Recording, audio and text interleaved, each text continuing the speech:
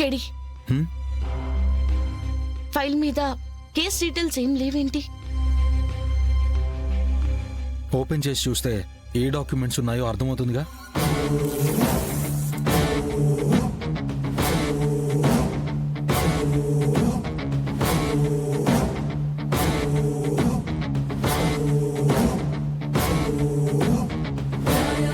అసలు ఆ రోజు అమ్మకి సీఎం సెక్యూరిటీ డ్యూటీనే లేదంట కేదార్.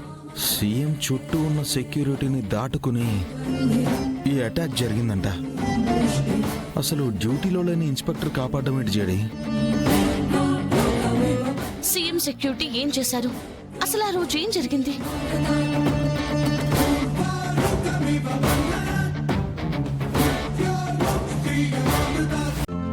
ఈ రోజే డౌన్లోడ్ చేయండి, మీ ఫేవరెట్ షోస్ చూడండి.